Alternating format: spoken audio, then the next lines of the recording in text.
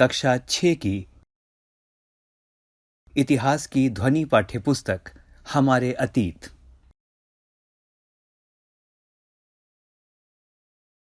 हमारे अतीत ध्वनि पाठ्यपुस्तक में अब सुनते हैं अध्याय 5, राज्य, राजा और प्राचीन गणराज्य। पृष्ठ संख्या 46। अध्याय 5, राज्य, राजा और एक प्राचीन गणराज्य। चुनाव का दिन।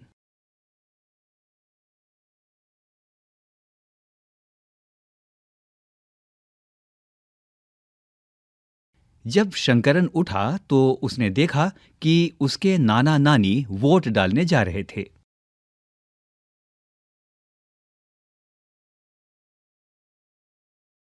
दरअसल वे चुनाव केंद्र पर सबसे पहले पहुंचना चाहते थे।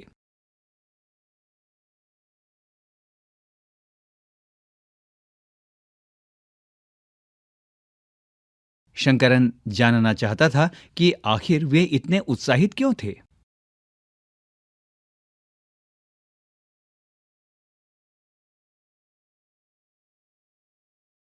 उसके नाना जी ने उसे जल्दी में समझाने की कोशिश की और कहा,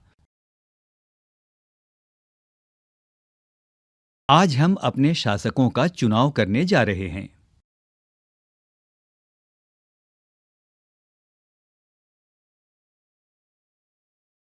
कुछ लोग शासक कैसे बने।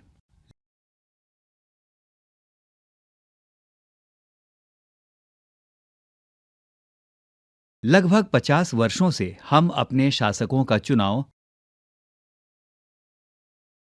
मतदान के जरिए करते आ रहे हैं।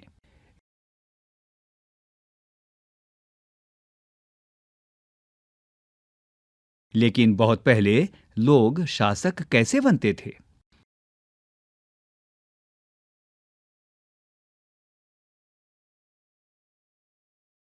हमने अध्याय 4 में पढ़ा है कि कुछ राजा संभवतः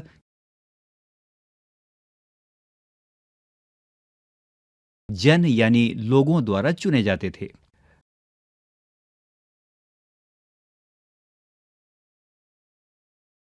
परंतु करीब 3000 साल पहले राजा बनने की इस प्रक्रिया में कुछ परिवर्तन दिखाई दिए।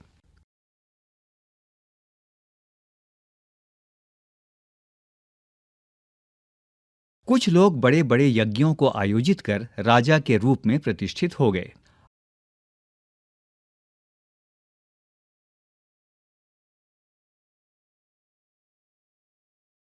अश्वमेध यज्ञ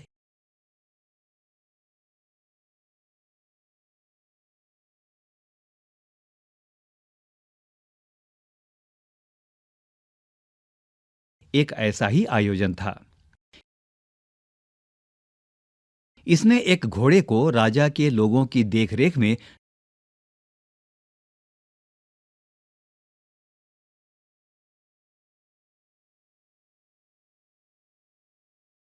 स्वतंत्र विचरण के लिए छोड़ दिया जाता था।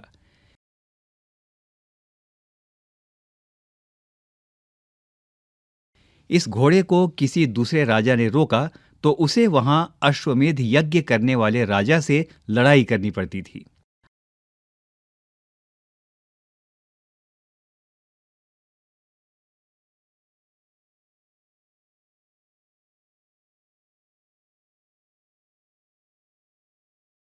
अगर उसने घोड़े को जाने दिया तो इसका मतलब यह होता था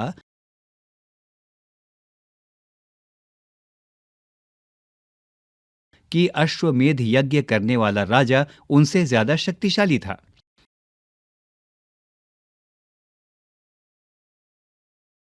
इसके बाद उन राजाओं को यज्ञ में आमंत्रित किया जाता था।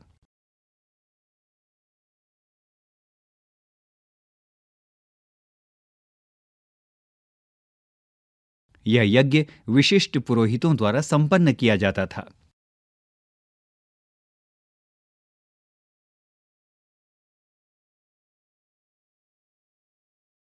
इसके लिए उन्हें उपहारों से सम्मानित किया जाता था।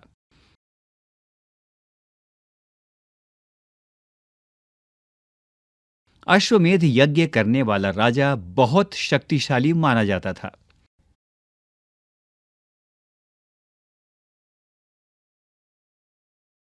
यज्ञ में आमंत्रित सभी राजा उसके लिए उपहार लाते थे।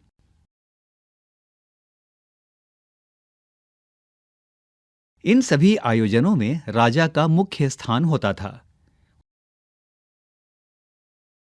उसे राज सिंहासन या बाघ की खाल के एक विशेष आसन पर बिठाया जाता था।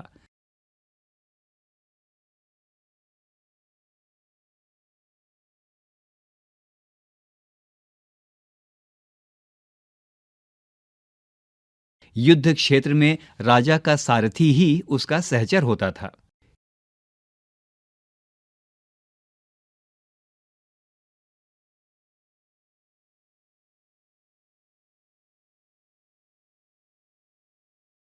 यज्ञ के अवसर पर वह राजा की विजयों तथा अन्य गुणों का गान करता था।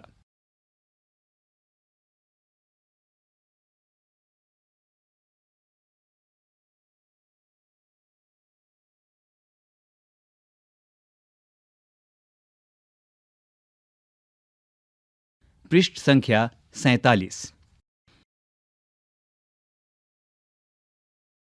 राजा के सगे संबंधी, खासकर उसकी रानियों तथा पुत्रों को भी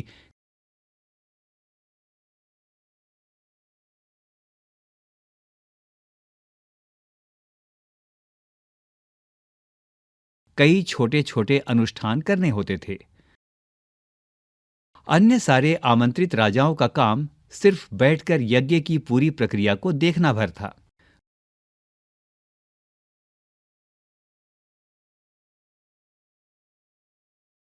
राजा के ऊपर पुरोहित पवित्र जल के छिड़काव के साथ साथ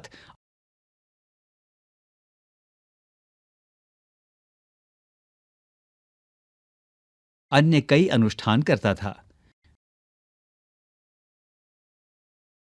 विष अथवा वैश्य जैसे सामान्य लोग उपहार लाते थे।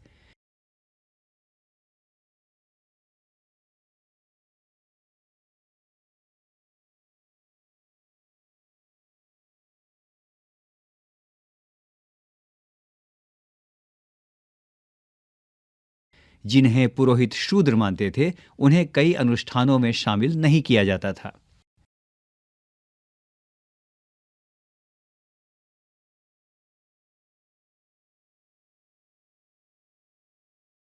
जरा सोचो और करो। इस यज्ञ में उपस्थित होने वाले लोगों की एक सूची बनाओ।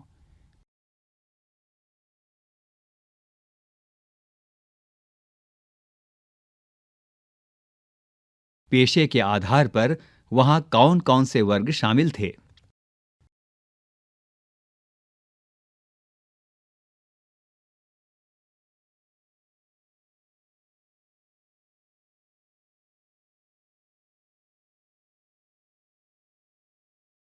वर्ण।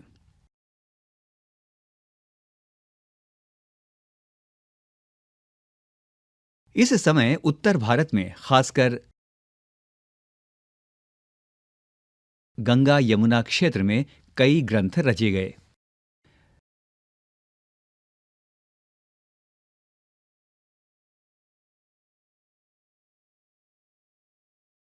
ऋग्वेद के बाद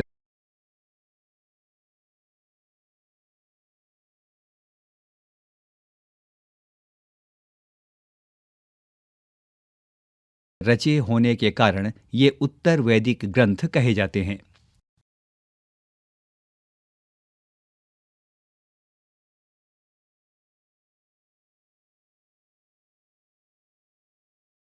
इनके अंतर्गत सामवेद, यजुर्वेद,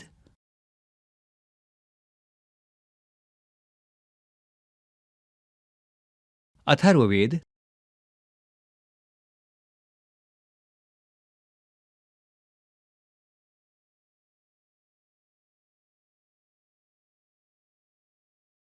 तथा अन्य ग्रंथ शामिल हैं।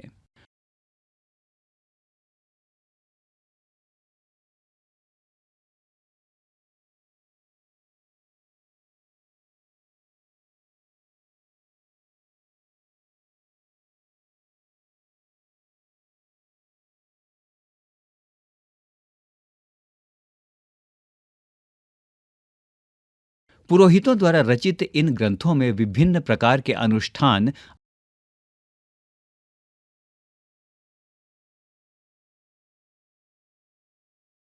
और उनके संपादन की विधियां बताई गई हैं। इनमें सामाजिक नियमों के बारे में भी बताया गया है।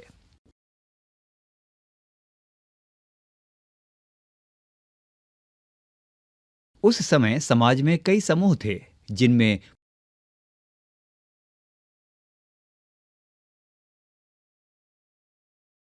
पुरोहित, योद्धा, कृषक, पशुपालक,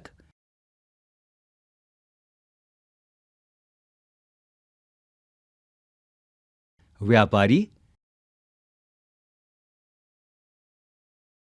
शिल्पकार,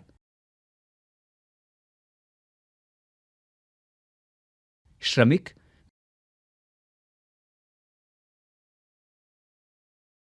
मछली पकड़ने वाले तथा जंगल में रहने वाले लोग शामिल थे।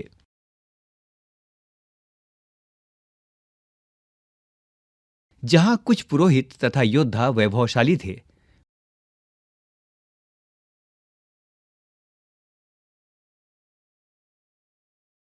वहीं कुछ कृषक और व्यापारी भी धनवान थे।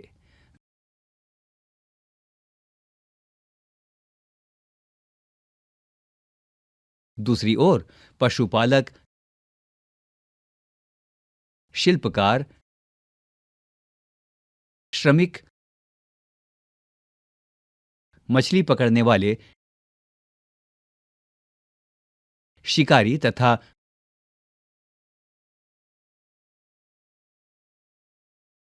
भोजन संग्राहक निर्धन थे।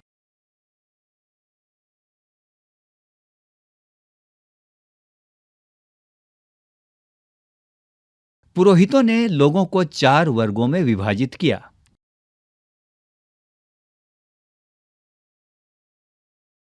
जिन्हें वर्ण कहते हैं।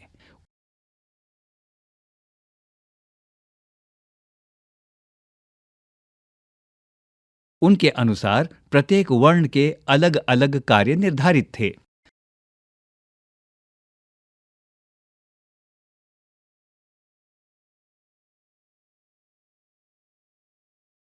पहला वर्ण ब्राह्मणों का था।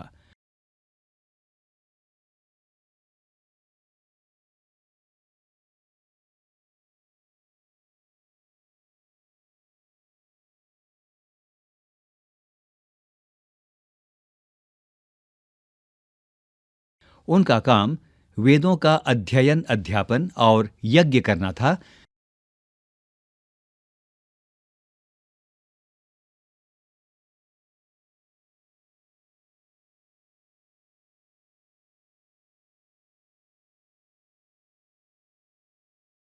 जिनके लिए उन्हें उपहार मिलता था।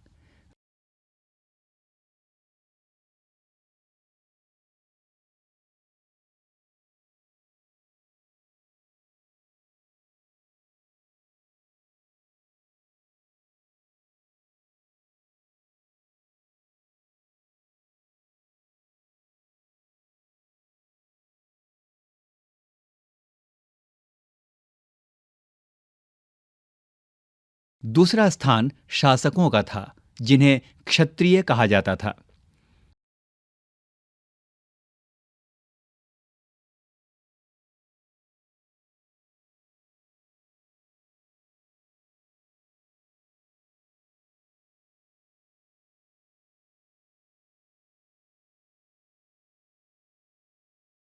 उनका काम युद्ध करना और लोगों की रक्षा करना था।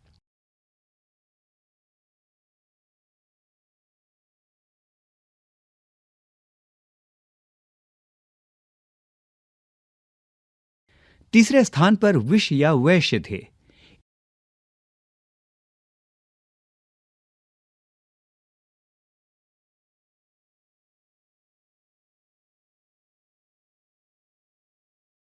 इनमें कृषक, पशुपालक और व्यापारी आते थे।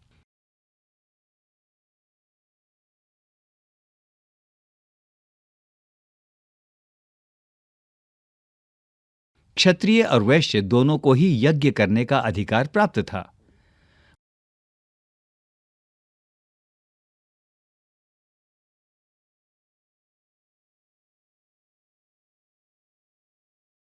वर्णों में अंतिम स्थान शूद्रों का था।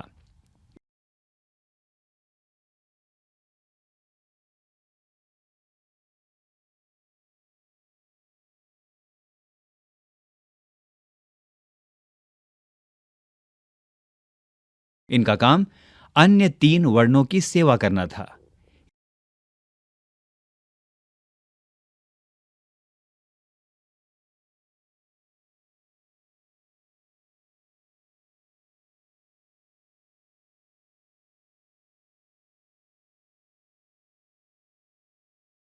इन्हें कोई अनुष्ठान करने का अधिकार नहीं था।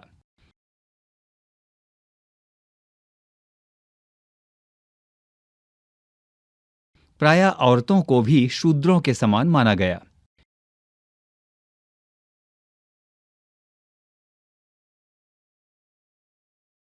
महिलाओं तथा शूद्रों को वेदों के अध्ययन का अधिकार नहीं था।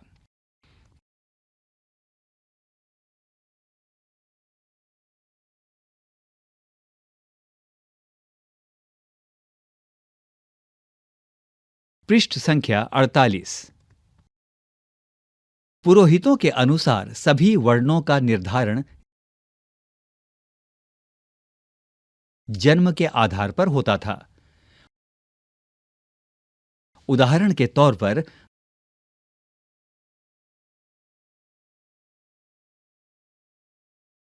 ब्राह्मण माता पिता की संतान ब्राह्मण ही होती थी।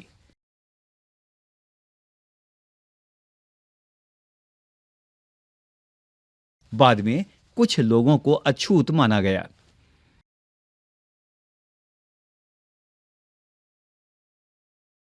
अछूत वर्गों में कुछ शिल्पकार,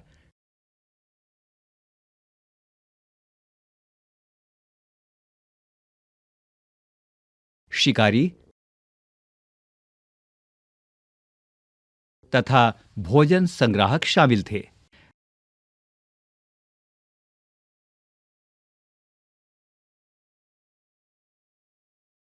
साथ ही इनमें वे लोग भी आते थे जो शवों को दफनाने या जलाने का काम करते थे।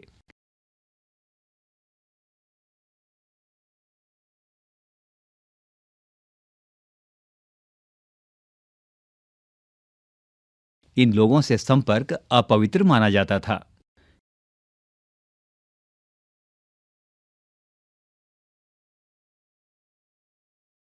कई लोगों ने ब्राह्मणों द्वारा बनाई हुई इस वर्ण व्यवस्था को स्वीकार नहीं किया।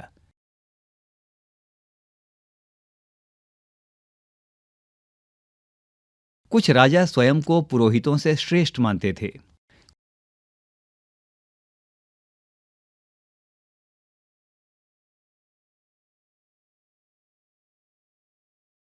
कुछ लोग जन्म के आधार पर वर्ण निर्धारण सही नहीं मानते थे।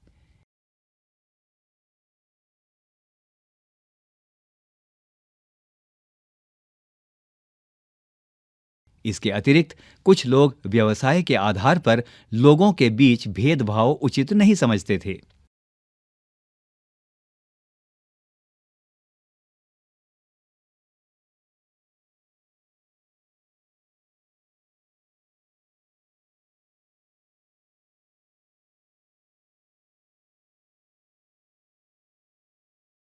जबकि कुछ लोग चाहते थे कि अनुष्ठान संपन्न करने का अधिकार सबका हो।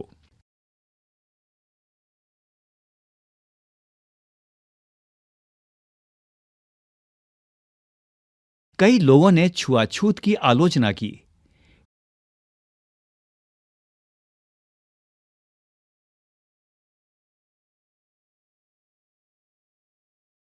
इस उपमहाद्वीप के पूर्वोत्तर क्षेत्र जैसे कई इलाकों में सामाजिक आर्थिक असमानता बहुत कम थी।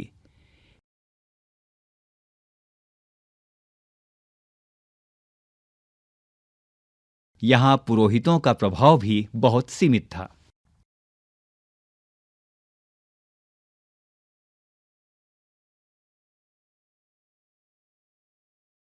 एक प्रश्न, लोगों ने वर्ण व्यवस्था का विरोध क्यों किया?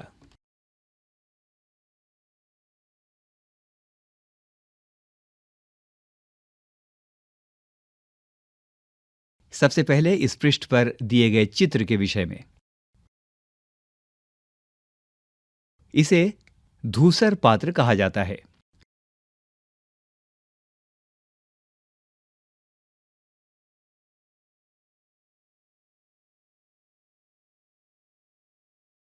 इस तरह के पात्रों में ज्यादातर थालियां और कटोरियां ही मिली हैं।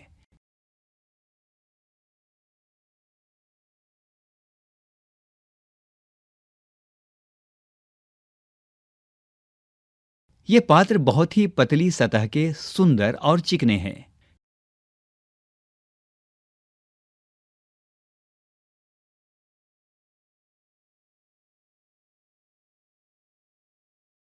शायद इनका प्रयोग खास मौकों पर,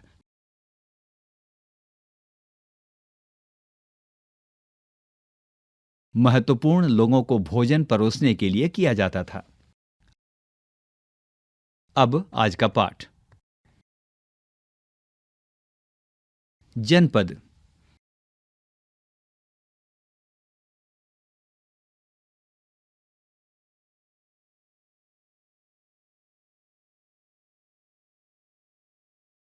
महायज्ञों को करने वाले राजा अब जन के राजा न होकर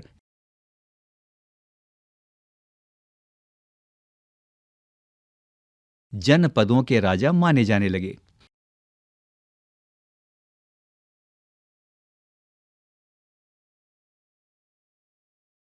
जनपद का शाब्दिक अर्थ जन के बसने की जगह होता है।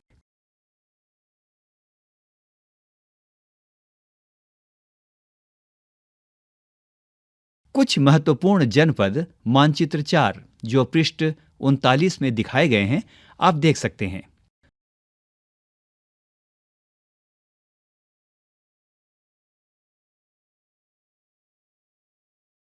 पुरातत्वविदों ने इन जनपदों की कई बस्तियों की खुदाई की है।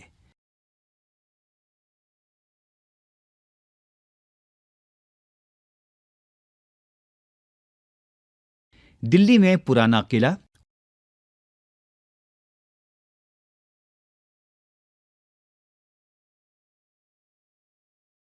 उत्तर प्रदेश में मेरठ के पास हस्तिनापुर,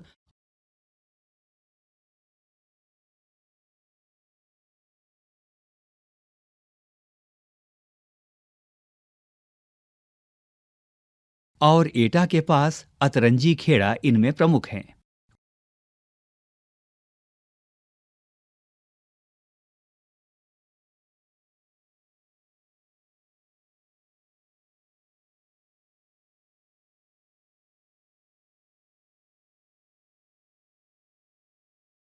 खुदाई से पता चला है कि लोग झोपड़ियों में रहते थे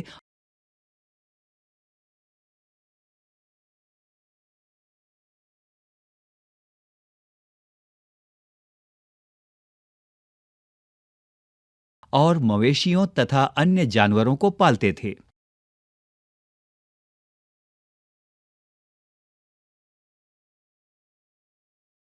वे चावल,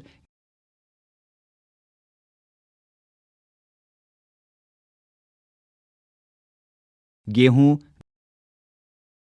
धान, जौ,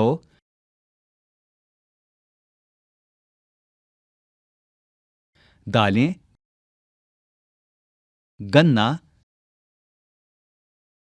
तिल तथा सरसों जैसी फसल उगाते थे।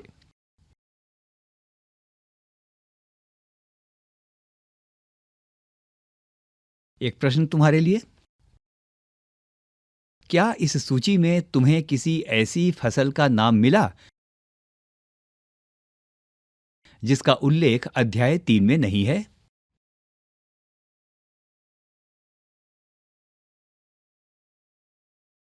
अब पाठ। लोग मिट्टी के बर्तन भी बनाते थे। इनमें कुछ धूसर और कुछ लाल रंग के होते थे।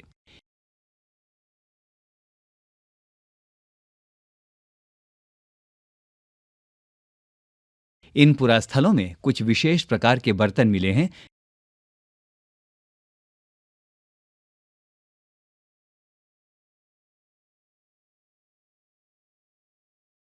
जिन्हें चित्रित धूसर पात्र के रूप में जाना जाता है। जैसा कि इनके नाम से ही स्पष्ट है, इन बर्तनों पर चित्रकारी की गई है। ये आमतौर पर सरल रेखाओं तथा ज्यामितीय आकृतियों के रूप में हैं।